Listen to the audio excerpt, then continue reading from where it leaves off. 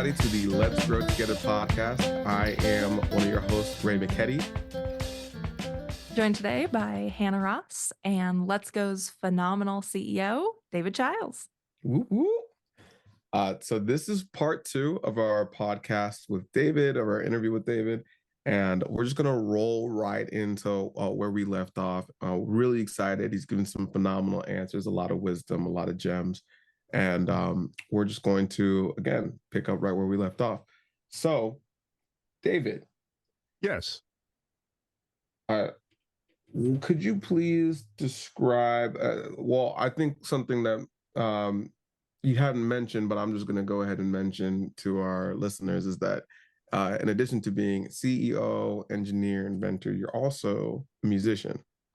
And I was wondering if you could speak to the relationship between the arts and STEM and kind of the push and pull between the two. Because at the very least, the dynamic between Hannah and I is such that, I certainly identify more as an artist than a STEM person. Like, I'm getting my fix here with Let's Go. But for someone who's so uniquely rooted in both of those worlds, I'd love to hear your take on the relationship between those two.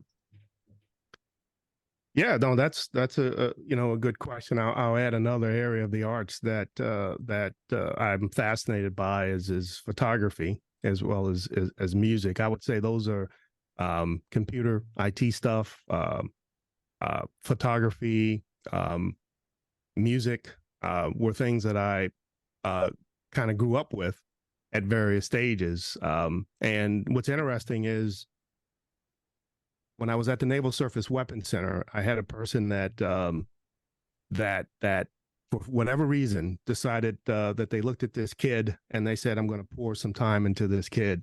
And that was a tutor for some tough classes that I had, calculus, engineering, math, statistics, that type of a thing. Got A's in all of those classes because I had a tutor. The same person actually introduced me to my first camera. I bought it from him. It was cheap because it had a couple problems with it, but it was good enough for me. It was film back in the day. You might say those three things in music competed with my time and energy as I grew up. But at the end of the day, I can't separate them, right? The connection, creativity aspects, I think from my perspective, the fact that I'm an inventor comes from the doors that music and photography, the arts opened up for me.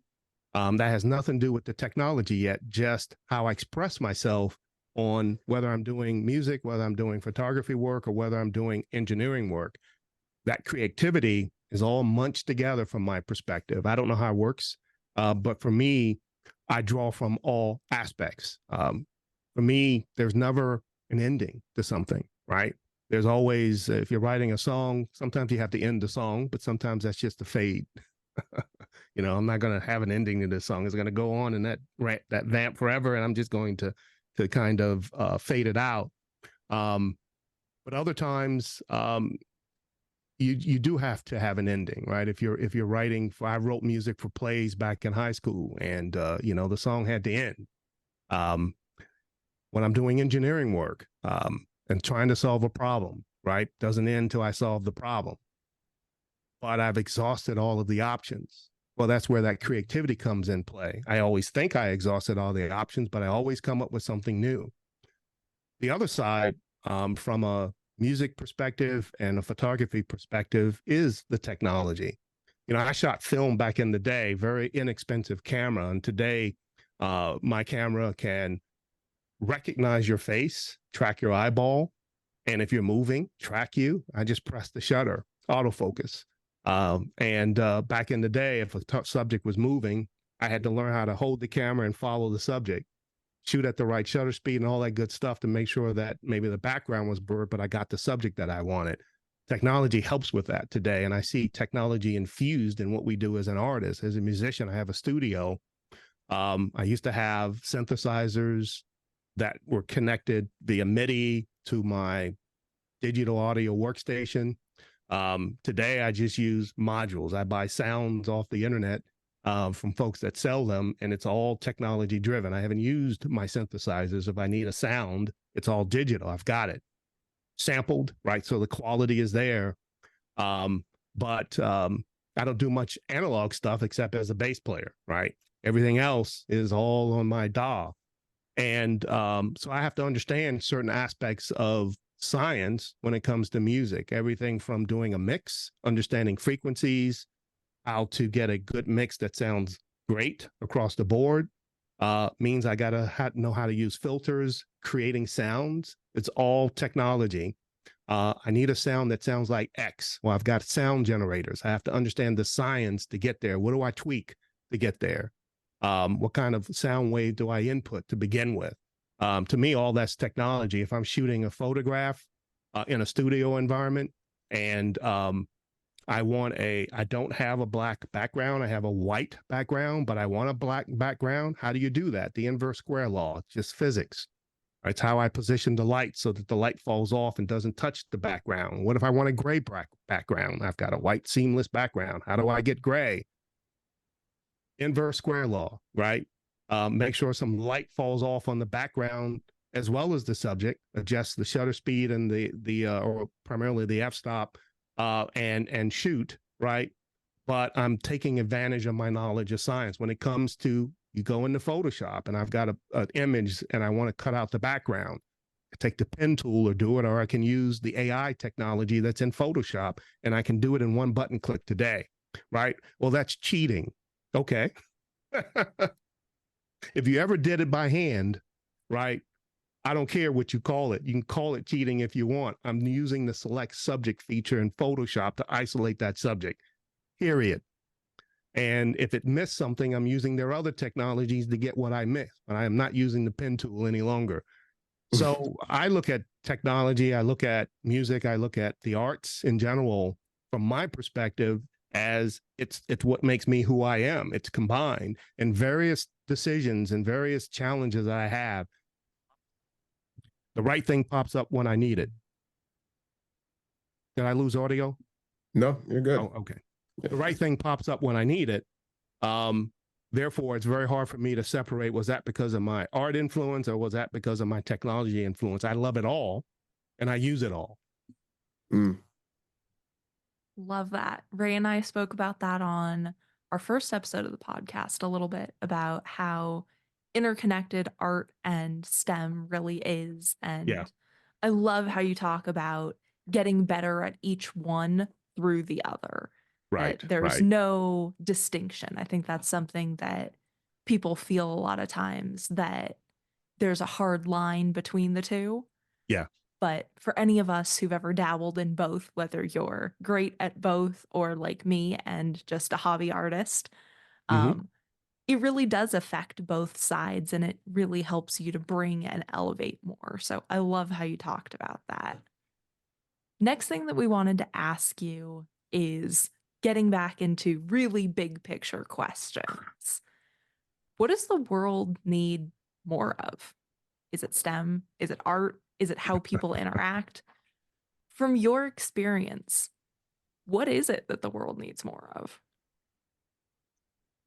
Well, that's a difficult question, and probably whatever my answer is probably just a subset of what the world needs.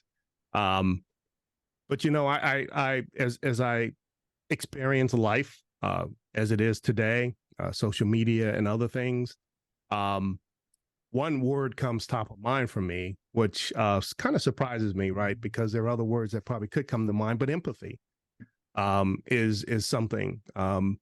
Understanding, appreciation of other people, being collaborative to solve problems versus just being critical of other people.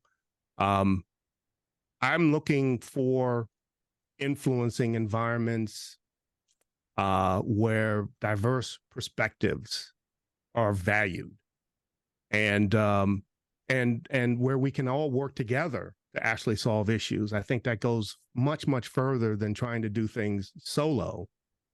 But the first thing is, how do we get along? And being empathetic doesn't mean I have to agree with everything everybody else does, right? but why not try empathy as a tool to try to understand why they are where they are? Because maybe something will resonate, and maybe together something powerful can happen just because you're different. And so from my perspective, empathy, being more collaborative, working together to solve problems, um, and trying to be creative with one another to kind of foster that out of box, thinking. I think that's how you solve tough problems. Um, my some inventions that I have, the things that were patented that I most enjoyed working on, were because I couldn't solve the problem by myself. I needed, in one instance, I needed a hardware engineer. I really was another software engineer, but what he concentrated on was software. He did what we call the lower level interface. That was the software that actually interacted directly with the hardware. I talked to his software, but I needed the hardware to do something specific for this idea that I had. I didn't know whether it was possible. So we got together. I shared the problem. We ended up applying for a patent with that solution, and it's one of my patents. And what was still enjoyable about that was we had two different jobs from two different perspectives, but we could come together to solve a common problem. Not only did we get that product developed, it's also a patent. Now, the company, of course, is no longer existing, so I have no idea who owns that patent or whether it's owned by anyone. But at the time, it was something that we accomplished. And the lesson I learned there was, hey, work with other people. Understand their point of view. He's interacting with the hardware. I'm not. I needed something done. I needed his point of view, which was different than mine, in order for us to reach a solution that actually solved that problem. Wow. Wow. I love that because collaboration is key. And what I really love is the language you're using about like, well, this is the lesson I learned here. This is the lesson I learned here. Yeah. Because it feels like, if nothing else, life is but a series of these lessons. And when you have time to sit and contemplate, you're like, oh, wow, you know.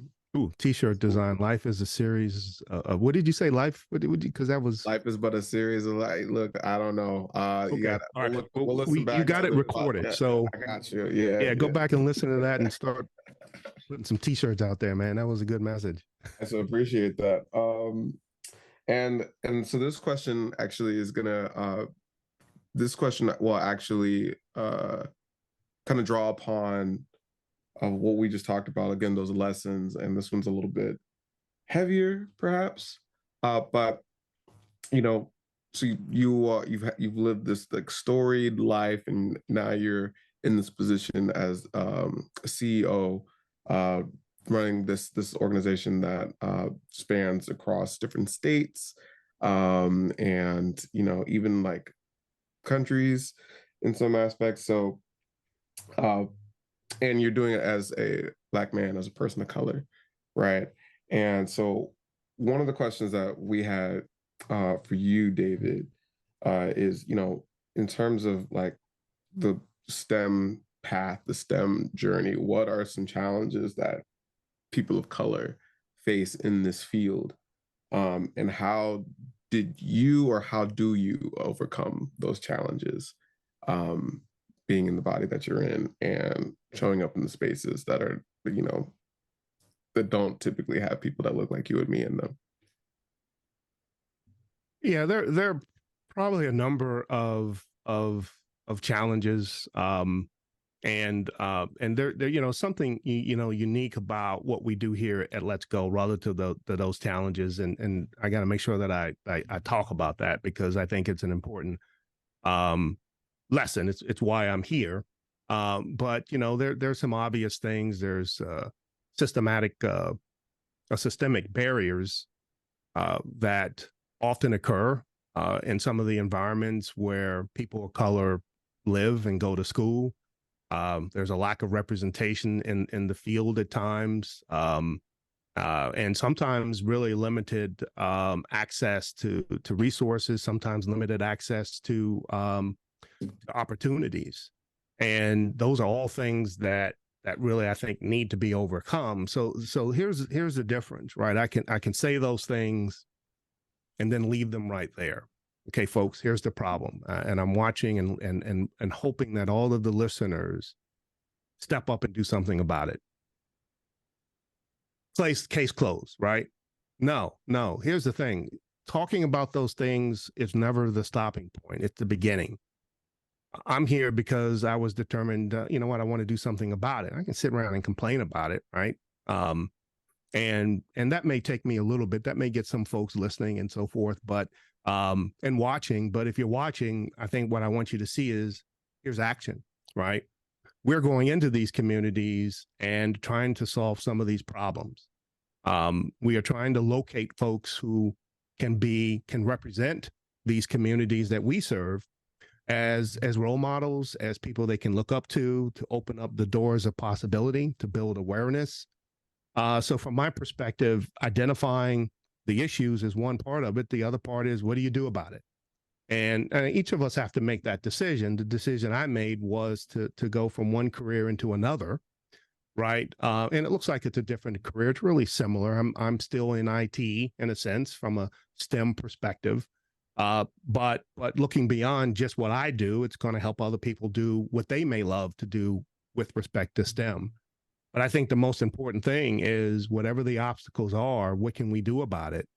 And I think when I look at our organization and I look at some of the things you guys are doing, you're hitting at several of the issues. You know, our cohort meetings where we invite key people who are in career fields. We talk to other people that can open doors for us to get exposure. We do after school STEM activities and programming that directly address some of the systemic issues that are there. So we've got representation kind of covered. It doesn't end, right? We keep doing it. You don't stop, you keep doing it. We've got the educational component.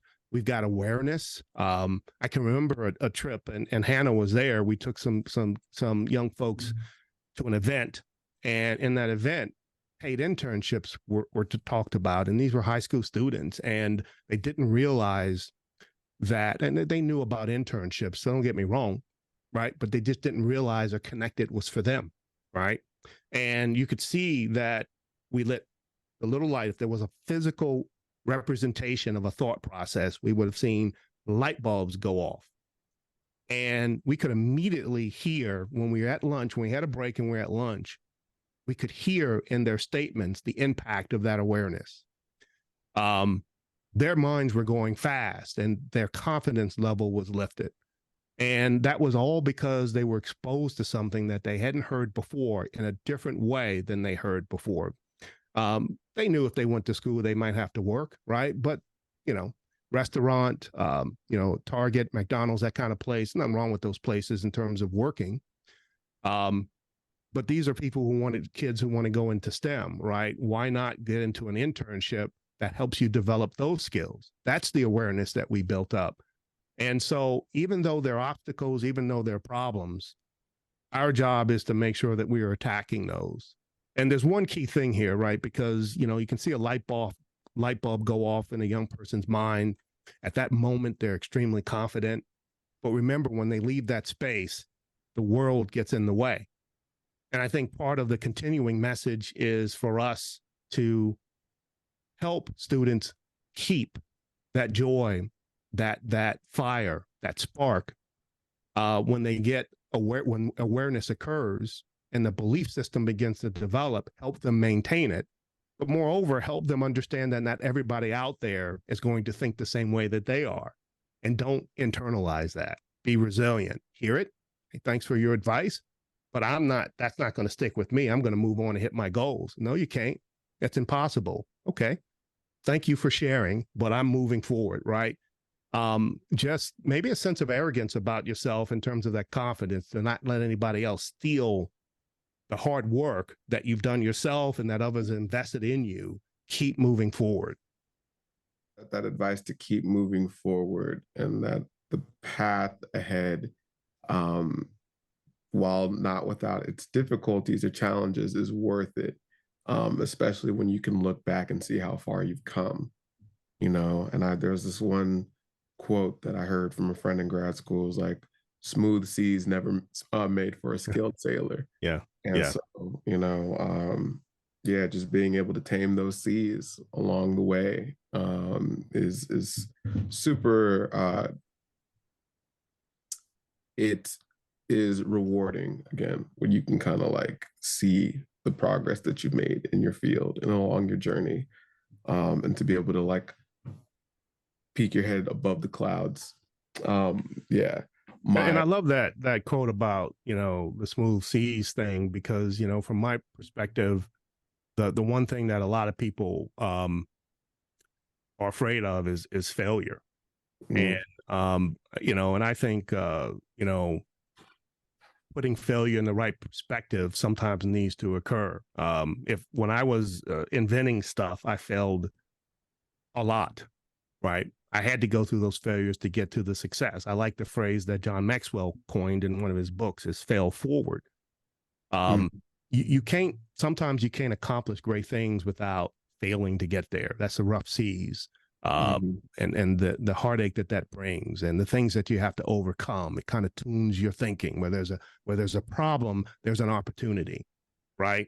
If failure is a problem, there's an opportunity on the other side. And keeping that focus, that other people may criticize you because of failure, but you look at it as a learning tool. It's a necessary tool. Get used to it, right? Be bold, be courageous, but get used to failure and don't fear it, right?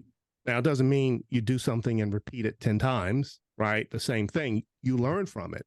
And if you think back to a quarterback, drops back in the pocket, he throws a pass, he overthrows the receiver. Does he say, "Hey, coach, I quit. I failed"? He makes adjustments. And it's easy to do that in some parts of life, but when you get exposed, right, and the failure is there and other people criticize it, you shouldn't think of it any different than that quarterback does. I got to make an adjustment. Maybe the next adjustment he makes, he underthrows the receiver, makes another adjustment, just doesn't give up. Sooner or later, he looks at his completion percentages and they're much higher. Why? Because he didn't give up the first time. And I'm simplifying it, but every time I've had a challenge, I never regretted sticking with it, solving the problem, and then figuring out what opportunities occurred as a result. I can't think of one time where I regretted that. And does that mean I liked the hard times? No, I'm not saying I liked it. But I just learned it is part of life, and it doesn't necessarily dictate your future of failure, right? Don't let it do that. And I think it's that type of resilience. So sorry, I don't know why I went off on that tangent, but something you said, just that thing no, of that was rough perfect. seas, just kind of inspired that thought. That was perfect because I that's something I've been learning just relatively recently over the Yeah. past couple of years is that failure is um like you should kind of, it sounds weird, but you should kind of hope that along the way that you'll fail a little bit because then it gives you opportunities to learn, right? And to Yeah. change your relationship with failure and not looking at it as an antagonistic force in your life, but as a doorway to greater achievement and understanding. Um, Ooh, you know, change your relationship with failure. Ah, boom. Yeah. t-shirt design guy. Come on. We're gonna We're have getting all the merch quotes out of this one. ideas. Um, but yeah, that is that. I mean, I'm just glad that that struck a chord with you because that certainly is also resonates with me very deeply. So, um, and Hannah, I will let you handle the last question. All right. Figured we would end it on a little bit of a fun note, a little bit of a high note. Ooh, Um, good. STEM obviously is in tons of industries. There are 1.5 million things you can do with STEM and things that will come out of STEM. So, what's the coolest opportunity that having a career in STEM has gotten you? Have you done something cool? Have you gone somewhere? What's something cool that a job in STEM has done for you? Ooh, well, that's a good question. I have to go back through um memory lane to see what was cool. Well, I think there are probably a couple examples that I'll use, but I think I'll go back a ways, just because it's kind of stuff that I really enjoyed doing. My bulk of my career was in what was called embedded systems, and you think about what an embedded system is: a switch, Um, also, back then it was in telecommunications and data communications, so telephone switches, routers, that type of a deal. Um, but there were times when I worked for a company and we were working on some new technology at the time. It's not new technology now. In fact, it's probably technology rarely used. DSL, right? If you even heard of that. um, but DSL was a way to get high speed internet off of copper wires that the phone company could do if you were close enough to the central office, right? If you're too far, you couldn't get that technology. And at the time, the company I worked for, we were making adapter cards. So back then, most PCs, when you expanded your PC, you were putting in a card in a slot. And so we created these DSL cards. And I think probably the most enjoyable time was just kind of figuring out how to write a driver for these cards in the Windows operating system. Back then, it's probably NT 4.0, Windows XP, Windows 3 point something, back in the day. And the stuff wasn't well documented. You couldn't go to the internet the way you can now to get any information. You used to have to buy books. And, that meant someone had to write a book and then you had to buy it and you had to find it in a bookstore.